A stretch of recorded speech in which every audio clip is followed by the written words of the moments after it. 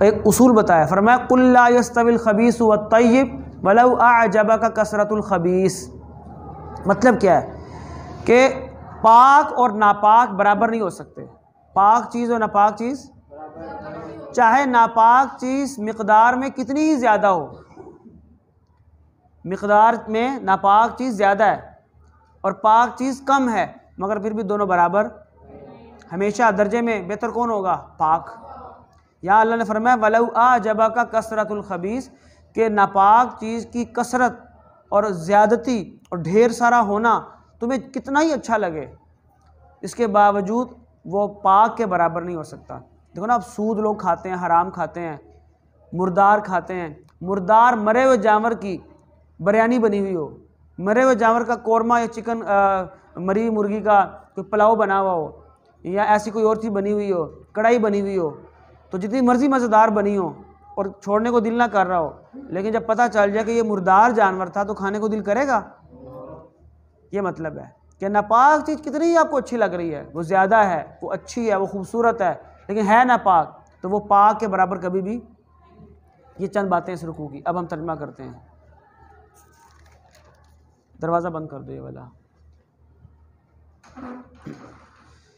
بسم اللہ الرحمن الرحیم۔ یا ایھا الذین آمنوا، یا ایھا الذین آمنوا، میں نے آپ سے بار بار کہا ہے سپارہ لے کر آئیں۔ اب سپارے کے بغیر آپ کو کیا سمجھ آئے گی؟ جون سے بچوں نے سپارہ رکھا ہے ان کو تو سمجھ آ جائے گی۔ یا ایھا الذین آمنوا، اے وہ لوگو جو ایمان لائے ہو، لیبلون، ضرور آزمائے گا، تم کو، لیبلون، ضرور آزمائش کرے گا تمہاری، کم کا معنی تمہاری، تو لیبلونکم، ضرور تمہاری آزمائش کرے گا اللہ تعالیٰ، بشیء من الصید، بشیء کچھ چیزوں میں، من الصید شکار میں سے، شکار میں سے کچھ چیزوں میں اللہ تمہاری کیا کرے گا؟ آزمائش کرے گا۔ بشیء معنی کچھ چیز، اور صید کا معنی عربی زبان میں شکار۔ وہ آزمائش کیسی ہوگی بھلا؟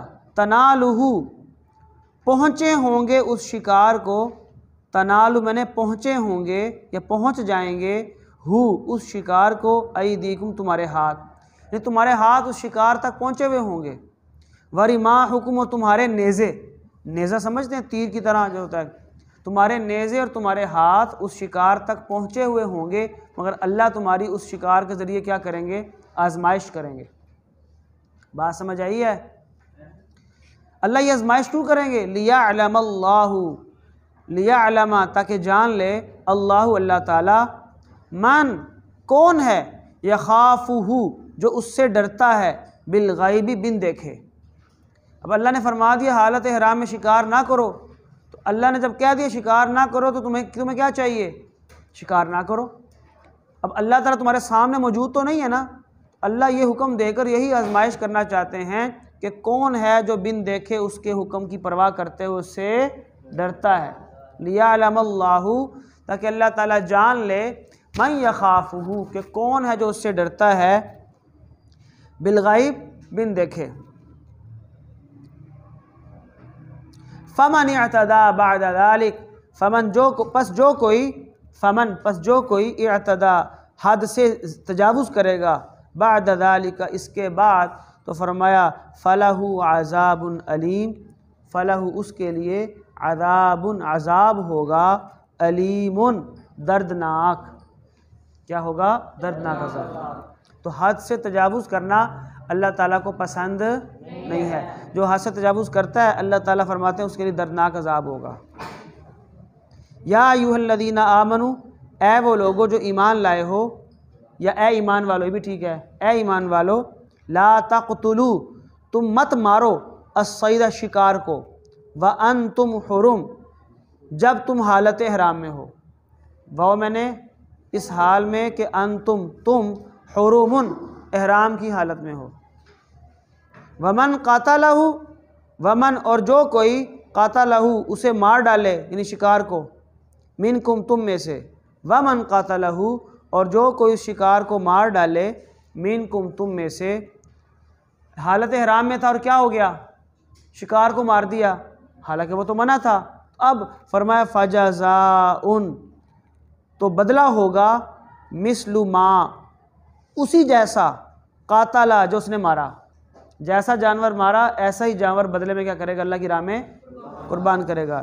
من النعام، جانوروں میں سے، یحکم بہ، یحکم بہ، فیصلہ کریں گے اس کا، ذوا عدل، دو عادل آدمی، منکم، تم میں سے، ہدین، اور یہ قربانی کا جانور ہوگا، بالغ الکعبۃ، جو پہنچایا جائے گا کعبہ میں، کعبہ سے مراد خانہ کعبہ، ہدین قربانی کا جانور ہوگا، بالغ الکعبہ، بالغ میں نے جو پہنچے گا یا جو پہنچایا جائے گا، الکعبۃ، خانہ کعبہ میں، یعنی اس جانور کو جو بدلے میں تم نے جو تم نے مارا تھا حالت احرام میں، اس کے بدلے میں جو تم نے اب قربان کرنا ہے وہ جانور کہاں پہنچایا جائے گا؟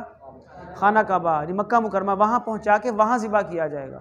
اور ایک بات یاد رکھیے گا، جو حالت احرام میں غلطی اگر ہو جائے، جس کے بدلے میں کوئی جانور قربان کرنا ضروری ہوگا، تو وہ وہیں پہ قربان ہوگا، یہ نہیں کہ وہاں پہ غلطی کر کے پاکستان آ گیا اور کہتا ہے یا وہاں میں نے حالت احرام میں فلاں غلطی کی تھی، اب اس کے بدلے میں یہاں پاکستان میں آ کے کیا کر دوں، ایسا نہیں ہوگا۔ جو وہاں پہ غلطی کی ہے اس کا جانور بھی جو قربان کرنا ہے بطور جرمانے کے، وہ وہیں پہ خانہ کعبہ کے پاس ہی قربان ہوگا۔ ہدین، یہ قربانی کا جانور ہوگا، بالغ الکعبہ، جو پہنچے گا کعبہ میں، او کفارۃن، یا پھر اس کے ذمہ کفارہ ہوگا، کیا؟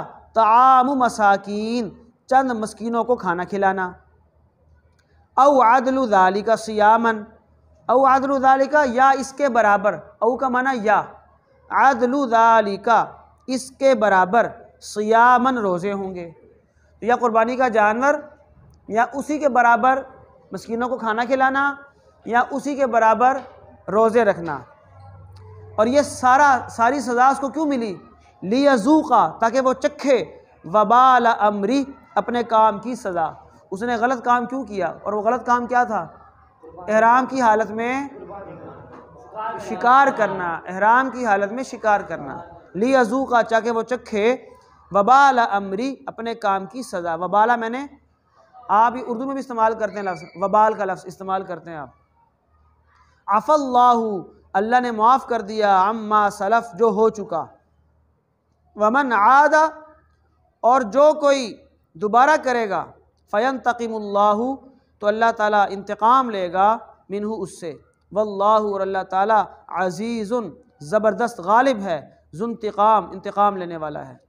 احل لکم، حلال کر دیا گیا، لکم، تمہارے لیے، صید البحری، سمندر کا شکار، صید میں نے شکار، البحر میں نے سمندر، حلال کر دیا گیا تمہارے لیے سمندر کا شکار، وطعامہ، اور اس کا کھانا، متاعا لکم، یہ فائدہ ہے تمہارے لیے، متاعا میں نے فائدہ، متاعا فائدہ ہے، لکم تمہارے لیے بھی، وللسیارتی، اور مسافروں کے لیے بھی۔